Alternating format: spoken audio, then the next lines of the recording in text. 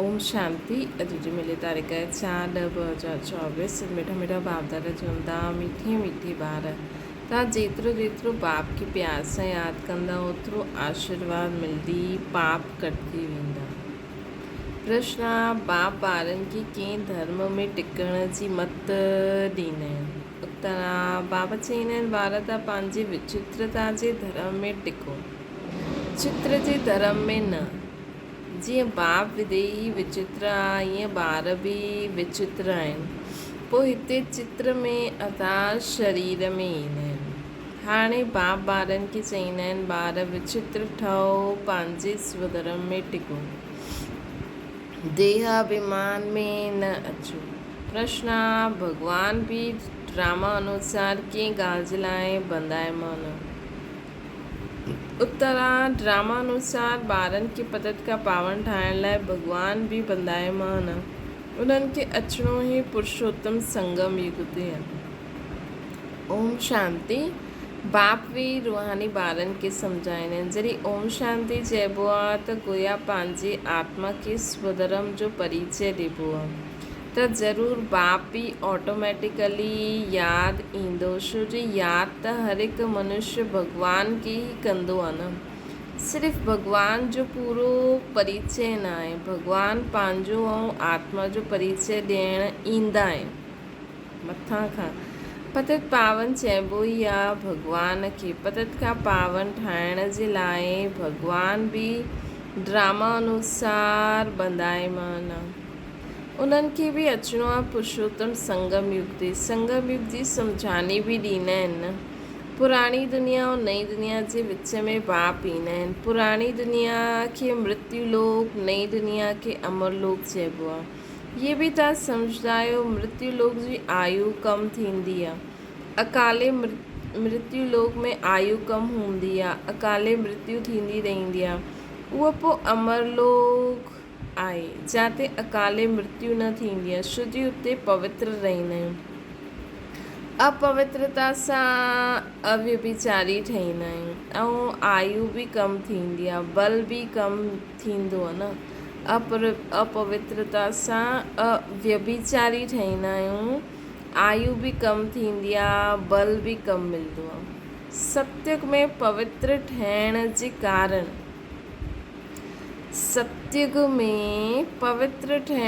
कारण अव्यभिचारी आहिनि। सत्युग में पवित्र आहिनि त इन करे अव्यभिचारी आहिनि। बल बि उते जास्ती रहंदो आहे। बल बग़ैर राजाई कीअं प्राप्त करनि? ज़रूरु बाप सां उन्हनि आशीर्वाद वरितो हूंदो न। बाप आहे सर्वशक्तिवान। आशीर्वाद कीअं वठंदा? आशीर्वाद कीअं थींदी आहे? बाबा चवंदा आहिनि बाप त सर्वशक्तिवान, आशीर्वाद कीअं वठिबी आहे? बाप चवंदा आहिनि मूंखे यादि करो, मुंहिंजी यादि सां ई तव्हांखे आशीर्वाद मिलंदो। त जंहिं जास्ती यादि कीअं कयो हूंदो उन्हनि ई आशीर्वाद वरिती हूंदी न। आशीर्वाद कोई मांगण जी चीज़ न आहे, इहा त महिनत करण जी चीज़ आहे। जेतिरो जास्ती यादि कंदा ओतिरी जास्ती आशीर्वाद मिलंदी, ऊच पद मिलंदो। यादि ई न कंदव त आशीर्वाद बि न मिलंदी। लौकिक बाप ॿारनि खे कॾहिं इहे न चवंदा आहिनि कि मूंखे यादि करो। इहे नंढेपन सां आपे ई मम्मा बाबा चवंदा रहंदा आहिनि। ऑर्गन्स नंढा हूंदा आहिनि, वॾा ॿार कॾहिं ईअं बाबा बाबा मम्मा मम्मा न चवंदा। उन्हनि जी ॿुधी में रहंदो आहे इहे असांजे माउ बाप आहे जंहिंसां इहे वरसो मिलणो आहे। चइण जी या यादि करण जी ॻाल्हि ई न आहे। हिते त बाप चवंदा आहिनि मूंखे यादि करो, वरसे खे यादि करो। हद जे संबंध खे छॾे हाणे बेहद जे संबंध खे यादि करो। सभु मनुष्य चाहींदा आहिनि असांजी गति थिए। गति चइबो आहे मुक्ति धाम खे, सतगति चइबो आहे वरी खां सुखधाम में अचण खे। कोई बि पहिरों ईंदो त ज़रूरु सुख ई पाईंदो। बाप सुख जे लाइ ई ईंदा आहिनि। ज़रूरु कोई ॻाल्हि डिफ़िकल्ट आहे, इन करे इन्हनि खे ऊच पढ़ाई चइबो आहे। एतिरी ऊच पढ़ाई जेतिरी ऊच पढ़ाई ओतिरो डिफ़िकल्ट बि हूंदो। सभी त पास न करे न सघनि न। वॾे ते वॾा इम्तिहान ॾाढा थोरा स्टूडेंट पास कंदा आहिनि। छो जी वॾो इम्तिहान पास थियण सां पोइ सरकार खे पघार बि ॾाढी ॾियणी पवंदी आहे, है न। त वॾे ते वॾो इम्तिहान ॾाढा थोरा पास कंदा आहिनि। कई स्टूडेंट वॾा इम्तिहान पास करे बि ईअं ई वेठा रहंदा आहिनि। सरकार वटि एतिरो पैसो न आहे जो वॾो पघार ॾे। हिते त बाप चवंदा आहिनि जेतिरो ऊच पढ़ंदव ओतिरो ऊच पद पाईंदव। ईअं बि न सभु कोई राजा ऐं व साहूकार ठहींदा। सॼो मदार पढ़ाई ते आहे। भक्ति खे पढ़ाई न चईंदासीं, इहे त रूहानी ज्ञान जो रूहानी बाप पढ़ाईंदा आहिनि, है न। भक्ति खे पढ़ाई न चईंदासीं, ये त रूहानी ज्ञान जो रूहानी बाप पढ़ाईंदा आहिनि असांखे। केतिरी ऊच पढ़ाई आहे, ॿारनि खे डिफ़िकल्ट लॻंदो आहे छो जो बाप खे यादि न कंदा आहिनि त कैरेक्टर्स बि सुधरंदा न आहिनि।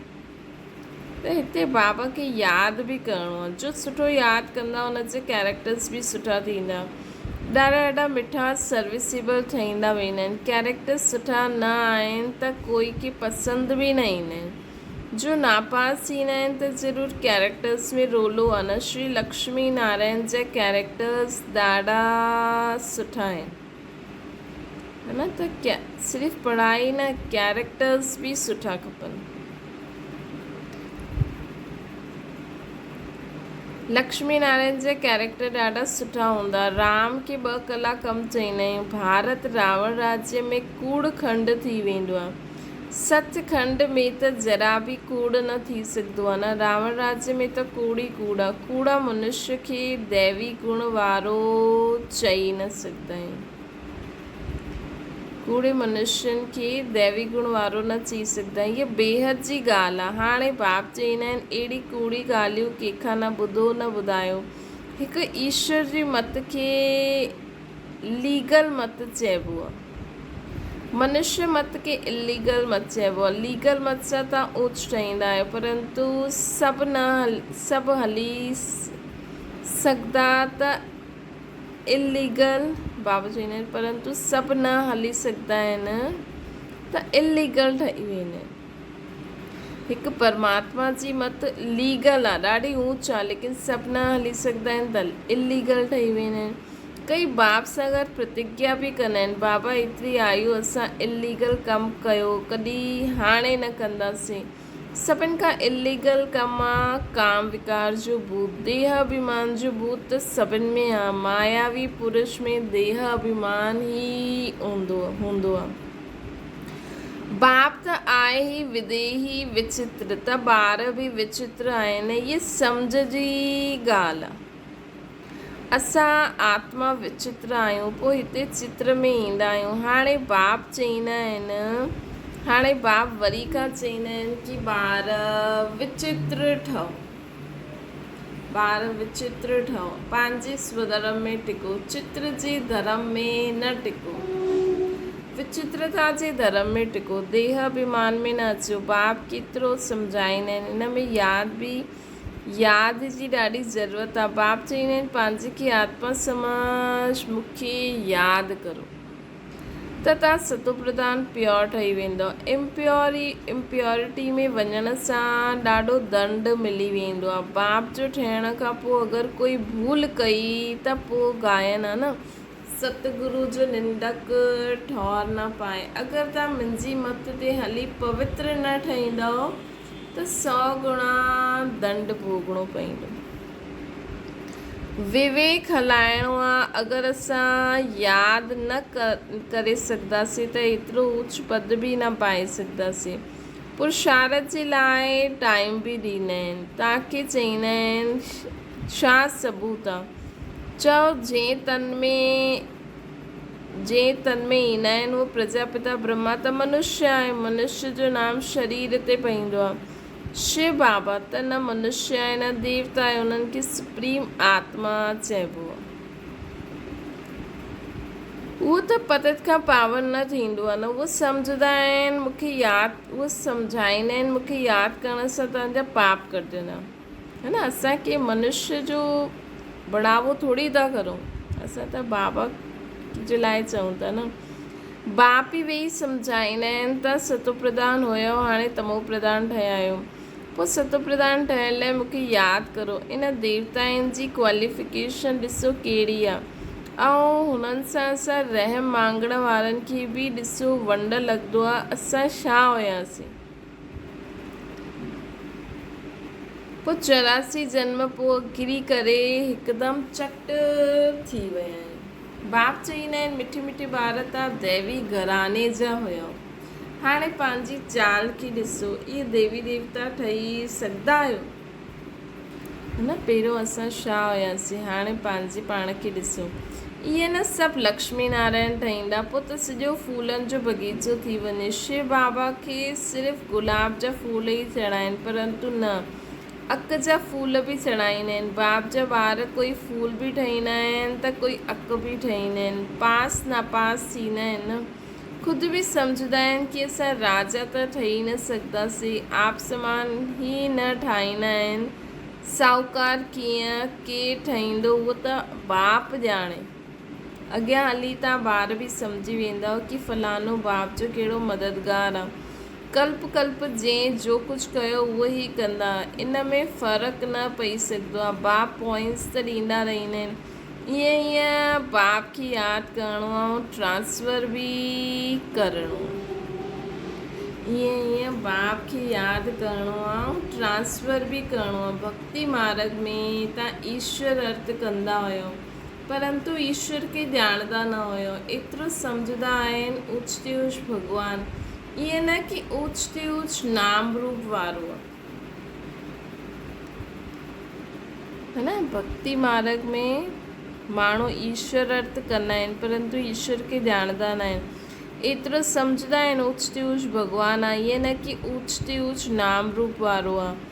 उहो त निराकार आहे। पोइ ऊच ते ऊच साकार हिते ई हूंदा आहिनि। ब्रह्मा विष्णु शंकर खे देवता चइबो आहे। ब्रह्मा देवताए नमः, विष्णु देवताए नमः। पोइ चई ॾींदा आहिनि शिव परमात्माए नमः, त परमात्मा वॾो ठहरियो न। ब्रह्मा विष्णु शंकर खे परमात्मा न चईंदासीं, मुख सां चईंदा बि आहिनि शिव परमात्माए नमः, त ज़रूरु परमात्मा हिकु थियो न। देवताउनि खे नमन कंदा आहिनि न। मनुष्य लोक में मनुष्य खे मनुष्य चईंदासीं, उन्हनि खे पोइ परमात्मा ई नमः चइण, इहे त पूरो अज्ञान थियो न, है न। त इहे असांखे ॾाढो सुठी रीति सम्झाइणो आहे। मनुष्य उन्हनि खे पोइ परमात्मा चइण ई त अज्ञान आहे। सभिनि जी ॿुधी में आहे कि ईश्वर सर्वव्यापी आहे। हाणे तव्हां ॿार सम्झंदा आहियो भॻवान त हिकु ई आहे, उन्हनि खे ई पतित पावन चइबो आहे। सभिनि खे पावन ठाहिण इहे भॻवान जो ई कमु आहे। जगत जो गुरु कोई मनुष्य न थी सघे। गुरु पावन थींदो आहे, गुरु पावन हूंदो आहे न। त लेकिन हितां जा मनुष्य त पावन न आहे, ख़ुदि खे नीच पापी चवनि था, त कीअं उहे जगत जा गुरु थी सघंदा आहिनि। हिते त सभु विकार सां पैदा थियण वारा आहिनि। ज्ञान खे अमृत चइबो आहे, भक्ति खे अमृत न चइबो आहे।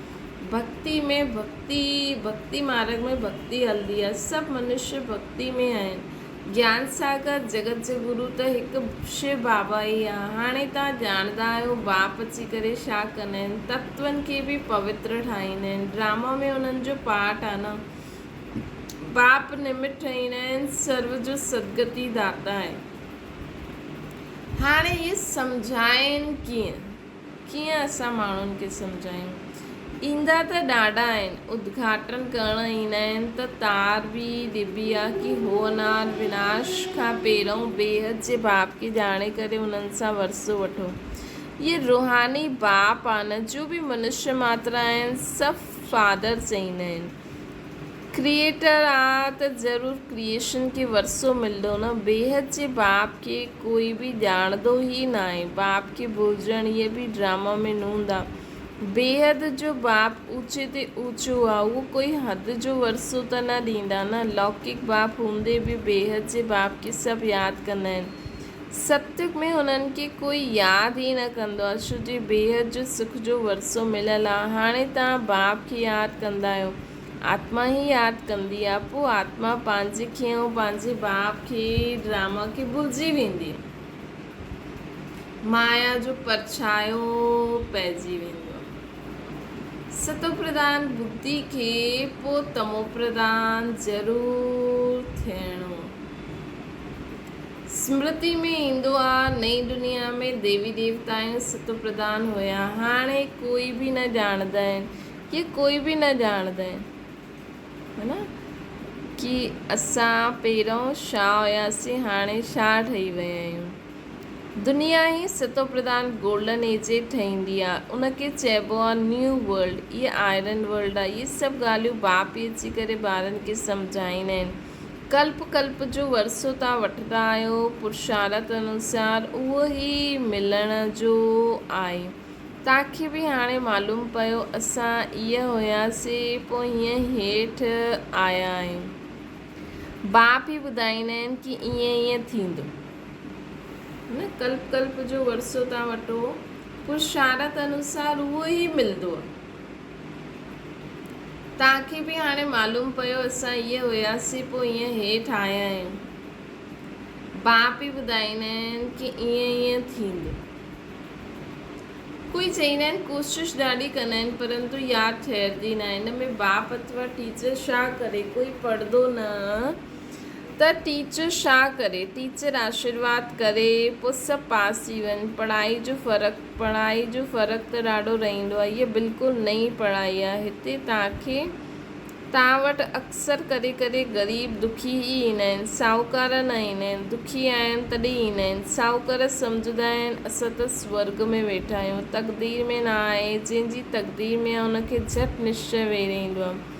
निश्चय ऐं संशय में देरी न लॻंदी आहे, माया झटि भुलाए ॾींदी आहे। टाइम त लॻंदो आहे न, हिन में मुंझण जी दरकार न आहे। पंहिंजे मथां रहम करणो, श्रीमत त मिलंदी रहंदी आहे न। केतिरो सहज बाप चईंदा आहिनि, सिर्फ़ु पंहिंजे खे आत्मा सम्झी मूंखे यादि करो। तव्हां ॼाणंदा आहियो कि मृत्यु लोक आहे, उहो अमर लोक आहे। हुते अकाले मृत्यु न थींदी आहे। क्लास में स्टूडेंट नंबरवार वेंदा आहिनि। इहो बि स्कूल आहे। ब्रह्मणी सां पुछिबो आहे तव्हां वटि नंबरवार होशियारु ॿार कहिड़ो आहे। जो सुठो पढ़ंदा आहिनि उहे राइट हैंड साइड हुजणा खपनि। राइट हैंड जो महत्व ॾाढो हूंदो है न। पूजा आदि बि राइट हैंड सां कबी आहे।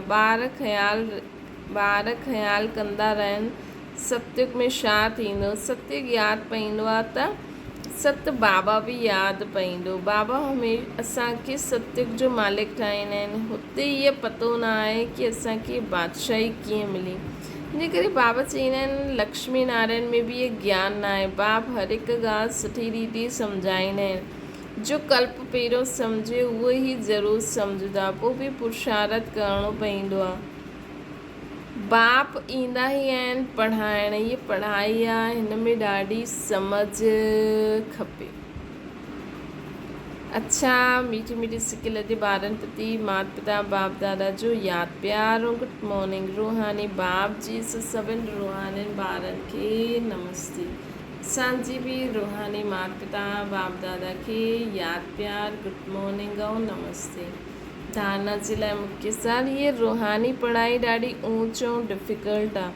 हिन में पास थियण लाइ बाप जी यादि सां आशीर्वाद वठणी आहे, पंहिंजे कैरेक्टर सुधारणा आहिनि। ॿियो आहे हाणे कोई इलीगल कमु न करिणो आहे। विचित्र ठही पंहिंजे स्वधर्म में टिकणो आहे ऐं विचित्र बाप जी लीगल मत ते हलणो आहे। वरदाना बाप सां गॾु द्वारा बाप जे साथ द्वारा पवित्रता रूपी स्वधर्म के सहज पालन करण वारा मास्टर सर्वशक्तिवान। आत्मा जो स्वधर्म आहे पवित्रता, अपवित्रता परधर्म आहे। जॾहिं स्वधर्म जो निश्चय थी वियो त परधर्म हिलाए न सघंदो। बाप जो आ जहिड़ो आ, अगरि उन्हनि की यथार्थ पहचान करे साथ रखंदा आहियूं, बाप जो आ जहिड़ा आहिनि, अगरि उन्हनि की यथार्थ पहचान करे साथ रखंदा आहियूं त पवित्रता रूपी धारण करणु ॾाढो सहज आहे। निराकार रूप में स्थित रहो न, उन में सभु धारणा थी वेंदी। श्री साथी सर्वशक्तिवान आहे। सर्वशक्तिवान जा ॿार मास्टर सर्वशक्तिवान जे अॻियां अपवित्रता त अची न सघंदी आहे न। अचे थी मतिलबु बाबा सां पूरो कनेक्शन न आहे। अगरि संकल्प में बि माया ईंदी आहे त ज़रूरु कोई गेट खुलियल आहे अथवा निश्चय में कमी आहे। त इहा ॾाढी गहरी ॻाल्हि आहे। अगरि असांखे संकल्प में बि माया अचे थी, मतिलबु हिकु ई थींदी, अचण जी कोशिशि कंदी, असां हुनजे संकल्पनि में न वञूं, हुनजे बहाव में न वञूं। ईंदी संकल्प में त, लेकिन असां हुन संकल्प जे बहाव में न वञूं। अगरि वञूं था त ज़रूरु निश्चय में कमी आहे। स्लोगन आहे, त्रिकालदर्शी कहिड़ी बि ॻाल्हि खे हिकु काल जी दृष्टि सां न ॾिसंदा आहिनि, हर ॻाल्हि में कल्याण सम्झंदा आहिनि। अच्छा, ओम शांति। बाबा खे यादि करो।